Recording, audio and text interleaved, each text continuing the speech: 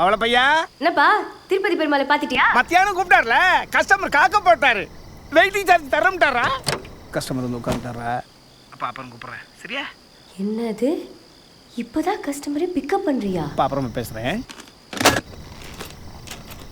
என்ன சார் திருப்பதிக்கு பெருமாளை பார்க்க போறீங்களா சார்? கடவுளுக்கும் எனக்கும் ஆகாது.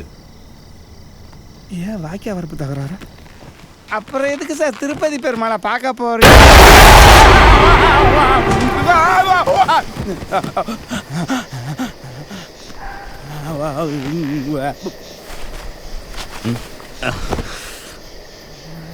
என்ன பயந்துட்டியா?